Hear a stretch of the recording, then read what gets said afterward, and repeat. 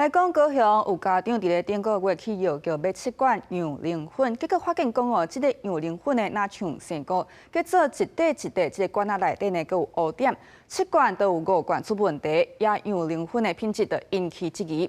市府表示讲哦，这个月初时呢是已经有去到药局来检查，已经无卖同款的这个羊奶粉。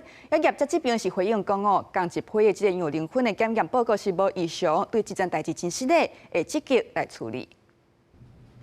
拍开顶挂卸布站无了开，就发现奶粉溢出来，有也是黄绿色。后面将质疑，这可能已经生果。这一罐是卸布站破去，也佫有隔几地已经拍开的，也出现黑色斑点。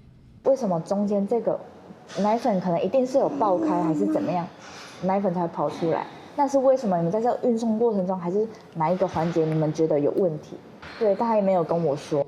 民众到连锁药局买一罐1680块的羊奶粉，先是发现奶粉隔几地向药局反映，对方请公布检查其他产品，发现7罐内底5罐拢有问题，其中1罐有黑色斑点，甚至已经一半互查某囝啉到巴肚。我要知道的是结果而已，小孩子吃半罐啊，如果今天出意外还是怎么了，谁要负责？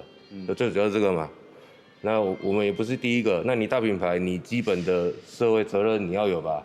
卫生局回应，初时到卖出羊奶粉的药局检查，药局已经将同款羊奶粉全部回收，会计环境也拢清清气气，专案移送予负责厂商管辖卫生局处理。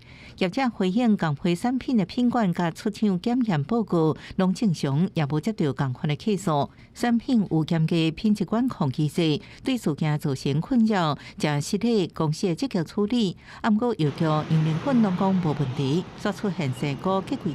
互家长无法度接受，无排除寻求其他的管道来自救。记者综合报道。